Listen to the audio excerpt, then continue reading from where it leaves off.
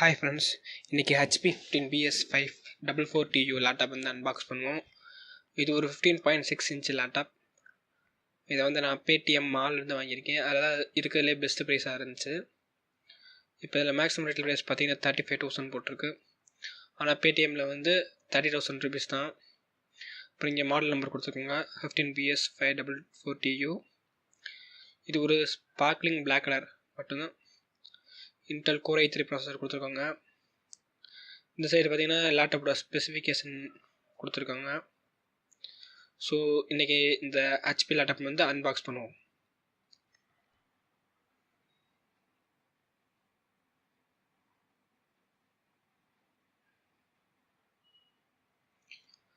First open பண்ணேன். Setup instruction இருக்குது. And then வந்து லேப்டாப் வந்து உள்ளே இருக்குது. இது ஒரு பிளாக் கலர் ஸ்பார்க்லிங் லேப்டாப். இது வந்து ஒரு சைனி லுக் கொடுக்கக்கூடியது.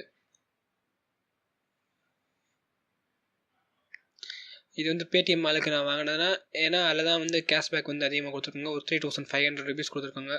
ஸோ இந்த லேப்டாப்போட ப்ரைஸ் பார்த்தீங்கன்னா அந்த கேஷ்பேக் கழிச்சா 27,000 ருபீஸ் தான் வருது. ஸோ நான் அதை பேடிஎம்மில் அதனால தான் வாங்கினேன். அப்புறம் இதில் வந்து லேப்டாப் சார்ஜர் கொடுத்துருக்காங்க. இது வந்து ஒரு இந்தியன் சாக்கெட்டில் யூஸ் பண்ணுறக்கூடிய சார்ஜர் தான். லேப்டாப் பின் வந்து பார்த்தீங்கன்னா நார்மல் பின் தான் கொடுத்துருக்காங்க. இது ரெண்டு தான் அந்த பாக்ஸில் இருக்குது. ஸோ ஸ்பெசிஃபிகேஷன் பார்த்தீங்கன்னா Intel core i3 6006U processor கொடுத்துருக்காங்க. 8GB RAM, 1TB hard disk கொடுத்துருக்காங்க. இன்டெல் 520 கிராஃபிக்ஸ் கொடுத்துருக்காங்க. அப்புறம் HD டிஸ்பிளே மற்றும் வெப்கேம் யூஸ் பண்ணியிருக்காங்க. அதில் செட்டப் இன்ஸ்ட்ரக்ஷன் என்ன இருக்குன்னா, பேசிக்கான விஷயங்கள் எதாவது கொடுத்துருக்காங்க. எப்படி சார்ஜர் யூஸ் பண்ணுறது, ப்ளஸ் வந்து கியூக் டூரில் வந்து ஒவ்வொரு கீயோட ஃபங்க்ஷன் பற்றி கொடுத்துருக்காங்க டீட்டெயில்டாக.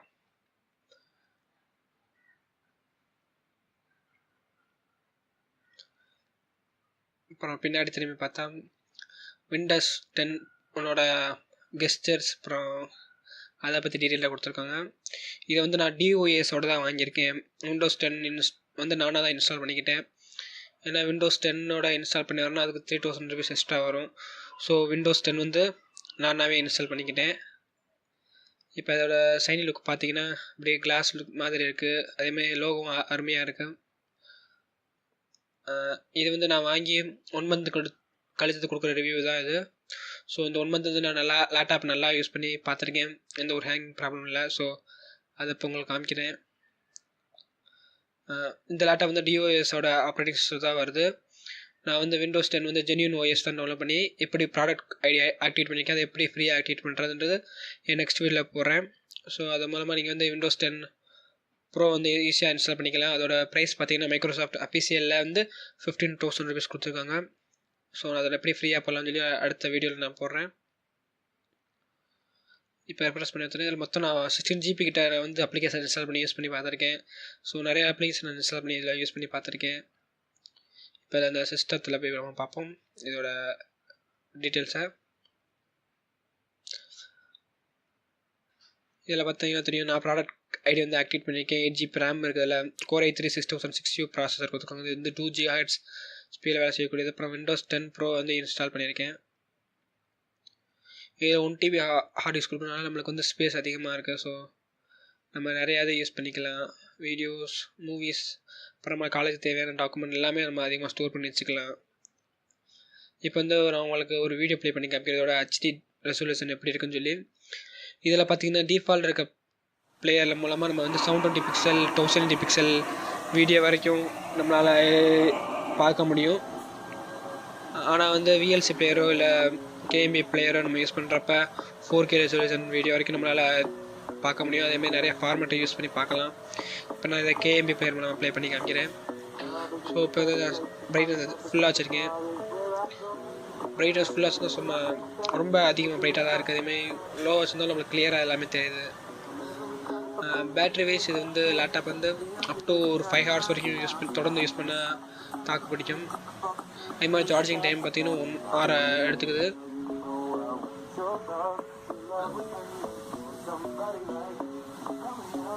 இது ஒரு மிட் பட்ஜெட் லேப்டாப்பாக சிறந்த லேப்டாப்பாக இருக்கும்னு நான் நினைக்கிறேன். ஏன்னா 30,000 ருபீஸ்க்கு 8GB RAM, Intel core i3 6th generation processor கொடுத்துருக்காங்க.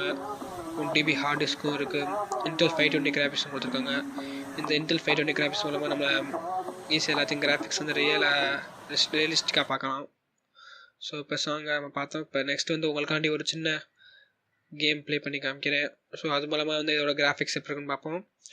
இப்போ இதில் இருக்க நிறைய கேம் நான் யூஸ் பண்ணியிருக்கேன். இப்போ வந்து நான் need for speed most wanted வந்து நான் விளாண்டு காமிக்கிறேன். இதை வந்து நான் ஒரு 20 days விளாண்டுக்கிருக்கேன். எந்த ஒரு ஹேங்கிங் ப்ராப்ளம் இல்லை லேப்டாப் பொறுத்த வரைக்கும். ஆனால் வந்து ஒரு 45 minutes மேலே விளாட்றப்ப லேப்டாப்பில் வந்து லைட்டாக ஹீட்டு ஸ்டார்ட் ஆகுது. அப் டு ஒரு கண்டினியூஸாக ஒரு 1 hour விளாட்லாம். ஸோ இதில் வந்து நல்ல கேமிங்கும் இந்த லேப்டாப் யூஸ் பண்ணிக்கலாம்.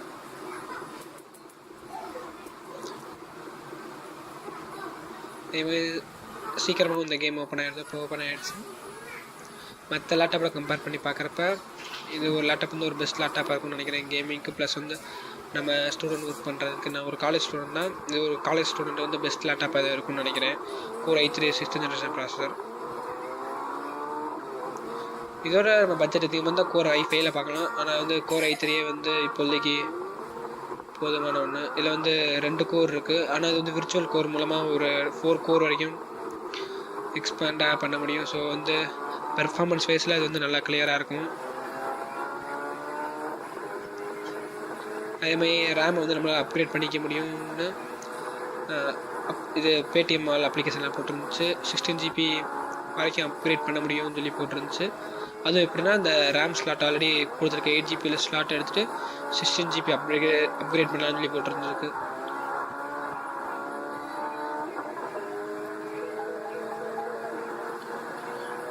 கேம் நல்லா ஸ்மூத்தாக தான் இப்போ இதுக்கு எந்த ஒரு ஹீட்டிங் ப்ராப்ளம் இல்லை, எந்த ஒரு இடத்துலையும் ஹேங் இல்லைன்னா அப்படி ஸ்டக் ஆகலை. நல்லா கிளியராக ரியலிஸ்டிக்காக இருக்குது.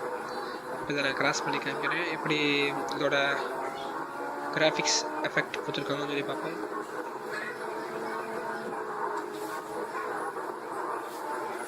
இப்போ பாருங்கள் நல்லா ரியலிஸ்டிக்காக இந்த கிராஃபிக்ஸ் கொடுத்துருக்காங்க.